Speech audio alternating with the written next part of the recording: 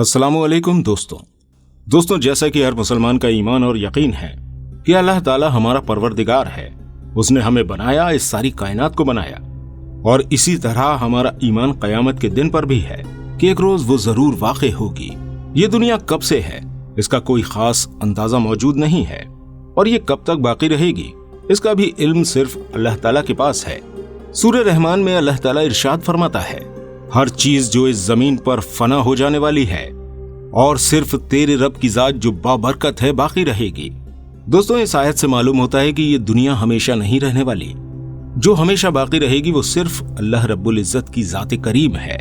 अब यहाँ पर सवाल ये उठता है कि आखिर वो आखिरी वक्त कब आएगा जिसके लिए तमाम अंबिया अलैहिस्सलाम ने अपनी अपनी कौमों को खबरदार किया, जिस दिन तौबा कबूल नहीं की जाएगी, जिस दिन अल्लाह का इनकार करने वाला सबसे बड़े खसारे में होगा, जिस दिन पहाड़ धुनी हुई रूई की तरह हवा में उड़ते हुए नजर आएंगे, जिस दिन आसमान तेल की तलछट की तरह लाल हो जाएगा और इंसान अपनी माँओं, बहनों, बेटियों, भाई, बाप और दोस्तों को भूलकर सिर्फ खुद को बचाने के लिए भागेगा।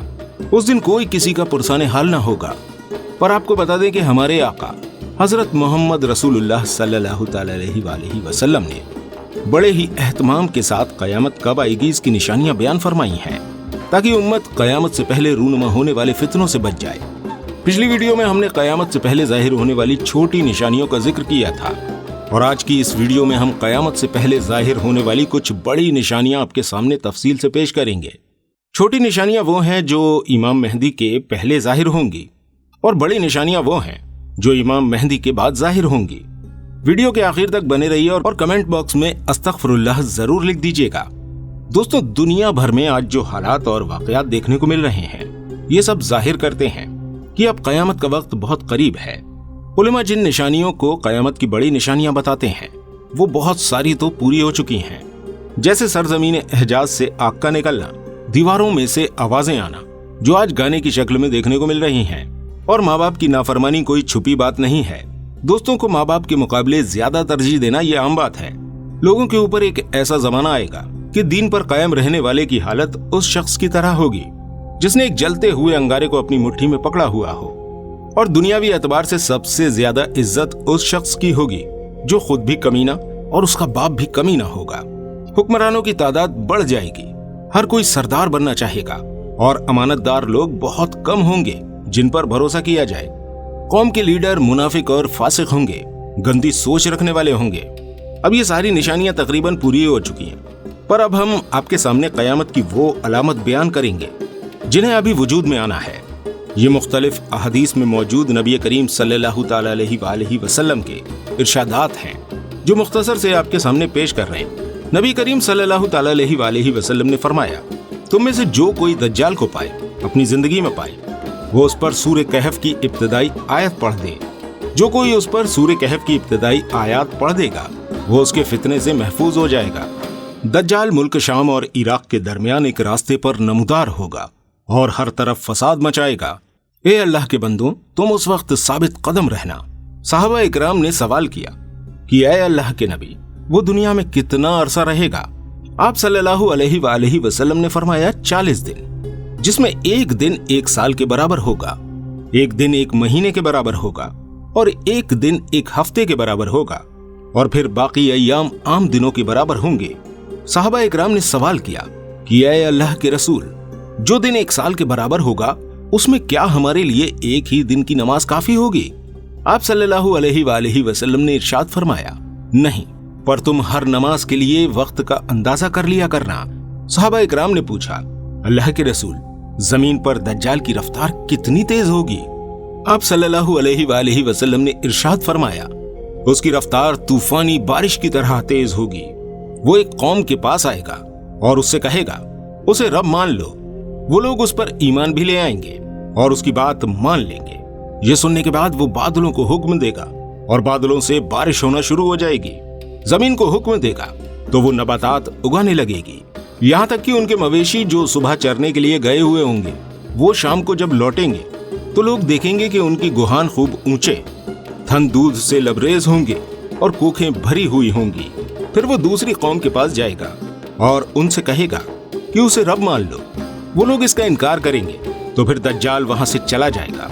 पर जब दूसरे दिन ये लोग सुबह उठेंगे तो उन पर भुखमरी फैल चुकी होगी, उनके माल और मवेशियों में से कुछ भी बाकी नहीं होगा। फिर दज्जाल एक वीरान जमीन से गुजर रहा होगा तो उससे कहेगा कि अपने खजाने उगल दे, तो जमीन के खजाने निकलकर इस तरह उसके पीछे पीछे चलेंगे जैसे शहद की मक्खियां अपने लीडर के पीछे चलती हैं। उसके बाद वो एक सेहतमंद और पुररौनक चेहरे वाले शख्स को अपने पास बुलाएगा और तलवार मार के 2 टुकड़े कर देगा। उस आदमी के जिस्म के दोनों टुकड़ों में इतना फासला होगा जितना फासला तीर मारने वाले और उसके निशाने के दरमियान होता है। फिर दज्जाल उस नौजवान को आवाज देगा तो वो जिंदा होकर हंसता हुआ उसकी तरफ बढ़ने लगेगा। अभी दज्जाल इसी हालत में होगा कि अल्लाह ताला ईसा अलैहिस्सलाम को भेज देंगे। वो दमिश्क के मशरिकी जानिब सफेद मीनार पर उतरेंगे। उस वक्त वो हल्के जर्द रंग की 2 चादरों में होंगे। वो 2 फरिश्तों के बाजुओं पर दोनों हाथ रखे हुए होंगे। जब सर झुकाएंगे तो उससे पानी के कतरे टपकेंगे। जब सर उठाएंगे तो ऐसे कतरात गिरेंगे जो चांदी के दानों की तरह चमकदार और मोतियों की तरह सफेद होंगे। हजरत ईसा अलैहिस्सलाम दज्जाल को तलाश करेंगे, यहाँ तक कि उसे लुद के दरवाजे पर ले जाएंगे और कत्ल कर डालेंगे। ये लुद का दरवाजा फिलिस्तीन में है और आजकल इजराइल के कब्जे में है। यहीं पर इन लोगों का जंगी एयरपोर्ट है और लुत या लिडा ही के नाम से मशहूर है। मतलब ये कि आज भी ये मकाम लुत कहलाता है। बहरहाल दज्जाल के फितने के खत्म हो जाने के बाद हजरत ईसा अलैहिस्सलाम के पास वो लोग आएंगे जिनको अल्लाह ताला ने दज्जाल के फितने से महफूज रखा हुआ था।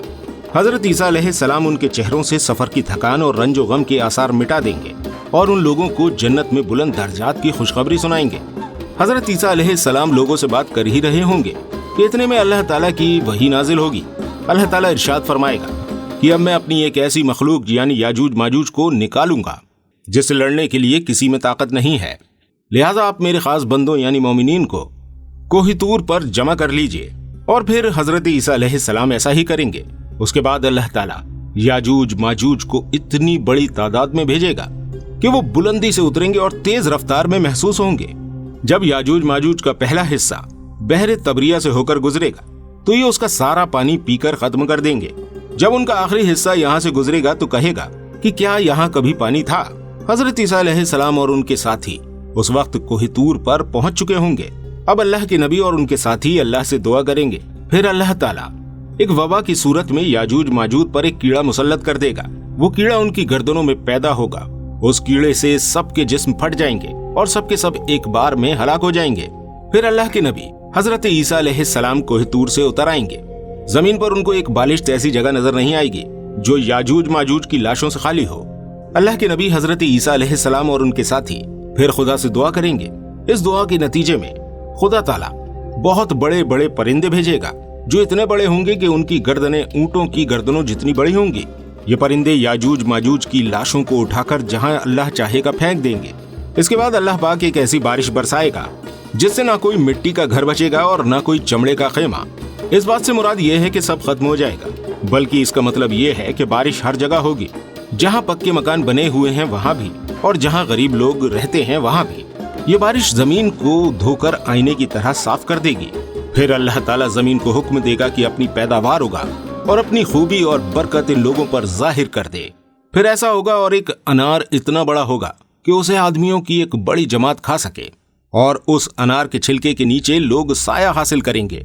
दूध में इतनी बरकत होगी कि दूध देने वाली एक ऊंटनी लोगों की बहुत बड़ी जमात के लिए काफी होगी और दूध देने वाली बकरी पूरी बिरादरी के लिए काफी होगी। लोग ऐसे ही अपनी जिंदगी गुजार रहे होंगे कि इतने में अल्लाह ताला एक खुशबूदार और खुशगवार हवा दुनिया में भेज देगा जो लोगों की बगलों में दाखिल होकर हर मोमिन की रूह कब्ज करने का सबब बन जाएगी। जो ईमान वाला होगा उन सभी की रूह कब्ज कर ली जाएगी और दुनिया में सिर्फ बदतरीन लोग बाकी रह जाएंगे जो जानवरों की तरह खुल्लम खुल्ला जिना करेंगे। दरअसल कयामत इन्हीं लोगों पर आएगी। यह हदीस तकरीबन सभी हदीस की किताबों में मौजूद है। दोस्तों, कयामत की आखिरी बड़ी अलामत यह है कि सूरज एक दिन मशरिक से तुलू होगा जिसको देखते ही बचे हुए तमाम लोग ईमान ले आएंगे। लेकिन इस आखिरी अलामत के जाहिर होने के बाद किसी का ईमान लाना कबूल नहीं किया जाएगा और गुनहगार मुसलमानों की उस वक्त तौबा भी कबूल नहीं होगी।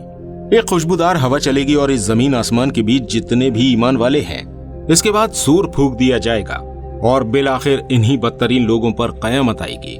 सूरह इब्राहिम आयत 48 में अल्लाह ताला का इरशाद है, डराओ इन्हें उस दिन से जबकि जमीन और आसमान बदल कर कुछ से कुछ कर दिए जाएंगे और सब के सब अल्लाह वाहिद क़हार के सामने बेनकाब होकर हाजिर हो जाएंगे। अल्लाह ताला हमें अपने फजलो करम से उस दिन की सख्तियों से जिस दिन हिसाब होगा महफूज रखे। दोस्तों, आप कयामत के बारे में हमारी पिछली वीडियोस को आई बटन पर क्लिक करके देख सकते हैं। आज के लिए इतना ही, आपसे इजाजत चाहेंगे।